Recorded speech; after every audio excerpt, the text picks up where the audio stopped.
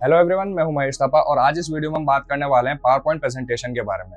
सोचो आपको आपके स्कूल में या यूनिवर्सिटीज में या ऑफिस में आपको एक पीपीटी को प्रेजेंट करना है, लेकिन आपको पीपीटी कैसे क्रिएट किया जाता है इसको बिल्कुल भी नॉलेज नहीं है। तब ऐसी सिचुएशन में आपके लिए ये एआई टूल बहुत ज़्यादा हेल्पफुल साबित हो सकता है। आपको सिर्फ इसमें आपका टॉपिक टाइप करना है और ये उसके हिसाब से आपके लिए एक आउटलाइन जनरेट करके देगा। उसके बाद आप जैसे ही जनरेट बटन पर क्लिक करोगे तो सिर्फ 5 मिनट में, 5 मिनट भी बहुत ज़्यादा हो गए, सिर्फ 2 मिनट में आपको पीपीटी जनरेट करके दे देगा। उस पीपीटी को आप अपने हिसाब से एडिट कर सकते हो, मॉडिफाई कर सकते हो और एक्सपोर्ट कर सकते हो। तो शुरू में मैं जिस टूल की बात कर रहा था वो है गामा एआई और चैट जीपीटी। चैट जीपीटी से हम किसी भी टॉपिक पर एक आउटलाइन क्रिएट करवा सकते हैं और उस आउटलाइन को हम गामा एआई में पेस्ट कर सकते हैं। पेस्ट करने के बाद जैसे ही हम उसको जनरेट प्रेस करेंगे वो सिर्फ 2 मिनट में हमारे लिए एक स्लाइड प्रिपेयर करके दे देगा। तो इस वीडियो में मैं आपको पूरा स्टेप बाय स्टेप तरीका सिखाऊंगा कैसे हम सिर्फ 2 मिनट में किसी भी पीपीटी को एक्सपोर्ट कर सकते हैं या क्रिएट कर सकते हैं। तो प्लीज इस वीडियो में एंड तक बने रहिएगा और अगर आपने मेरे इस चैनल को सब्सक्राइब नहीं किया हो तो प्लीज मेरे इस चैनल को जरूर सब्सक्राइब कीजिए। तो वीडियो में आगे बढ़ते हैं। सपोज मुझे चैट जीपीटी के ऊपर प्रेजेंटेशन प्रिपेयर करना है। अब उसके लिए मैं चैट जीपीटी पर ये टाइप करूंगा, create a 10 slide power point presentation. On के बाद मैंने यहाँ पर टॉपिक लिख रखा है, आप देख सकते हैं। उसके बाद जैसे मैं एंटर करूंगा ये मेरे को एक प्रॉपर आउटलाइन प्रिपेयर करके दे देगा।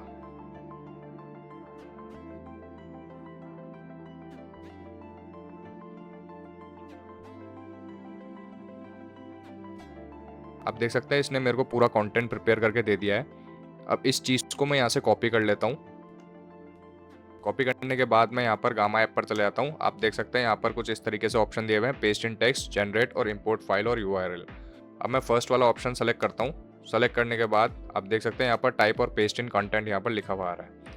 मैं यहाँ से कंटेंट को पेस्ट कर देता हूँ। अब पेस्ट करने के बाद जैसे यहाँ पर मैं यहाँ पर पेस्ट करूँगा, आप नीचे से देख सकते हैं यहाँ पर प्रेजेंटेशन, वेब पेज और डॉक्यूमेंट ऑप्शन आ रहा है। मैं सबसे पहले ऑप्शन को क्लिक करूँगा, उसके बाद मैं यहाँ से कंटिन्यू प्रेस कर दूंगा।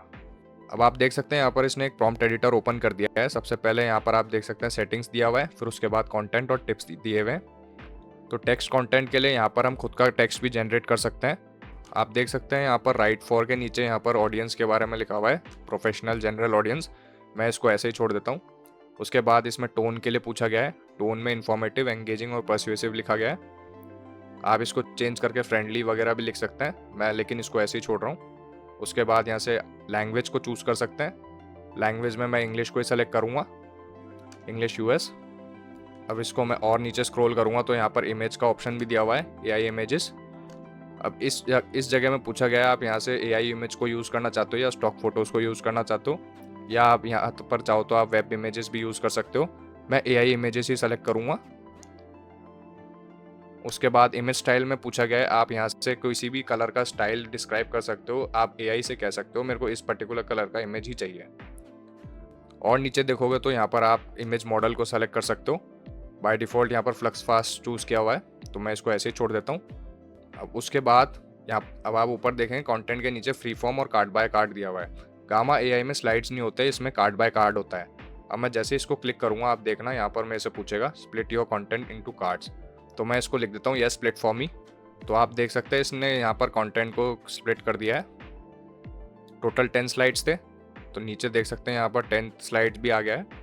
तो सारे स्लाइड को इसने स्प्लिट कर दिया है। अब उसके बाद मैं यहाँ से कंटिन्यू ऑप्शन को क्लिक करूँगा। अब ये मेरे से पूछ रहा है सबसे पहले आप अपना थीम सेलेक्ट कीजिए। थीम में मुझे एक डार्क सा थीम चाहिए, तो मैं यहाँ से सबसे पहले प्रोफेशनल थीम को सेलेक्ट कर लेता हूँ और यहाँ से डार्क ऑप्शन को सेलेक्ट कर लेता हूँ। सेलेक्ट करने के बाद मैं यहाँ से नाइट स्काई वाला क्लिक कर देता हूँ।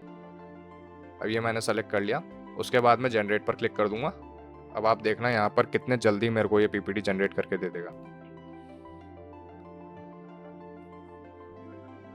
आप देख सकते हैं पूरी प्रेजेंटेशन यहाँ पर रेडी हो रही है।